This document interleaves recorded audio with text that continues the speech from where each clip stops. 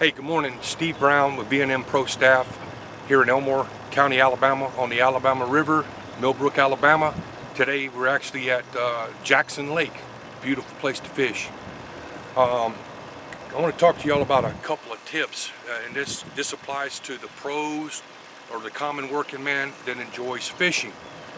When the wind gets to blowing so bad sometimes, if you're trying to, let's just say you're poling, this more so applies to open water fishing. Instead of fighting against the wind, there's a couple things that we can do here. One is we've got power poles with drift paddles on them. These drift paddles I actually made myself. They're actually bigger than the factory power pole paddles that you can buy, and this material is actually made out of Lexan. Pretty inexpensive. I just made my own pattern, cut them out. Everything else is power poled, all the hardware, the whole 9 yards. Now, not everybody can afford a set of power poles. So another option is, and one of my good buddies, Terry Stewart from Mississippi, is one of the first ones to ever come up with this, and it's an ingenious idea. Folks, you can take a trolling motor, a good used trolling motor. You can find them relatively inexpensive on social media, marketplaces, things like that. You can put a trolling motor on the back of your boat. It acts as the same concept as these power poles.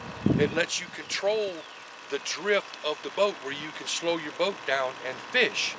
And like I said, I just so happen to have two on my boat, because when we fish tournaments, we have to fish in all kind of different weather conditions and white cap and whatever, and that's the reason I have two on here. The next thing is, another alternative to the power poles and the trolling motors is a drift sock. You can put out a drift sock, that will slow your boat down. And another thing that we've done for years is just a chain and a piece of rope.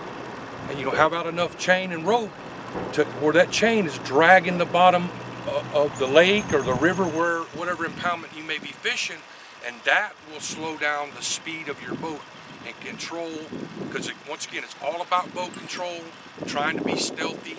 But these are a few tips that I think may help everybody catch more fish.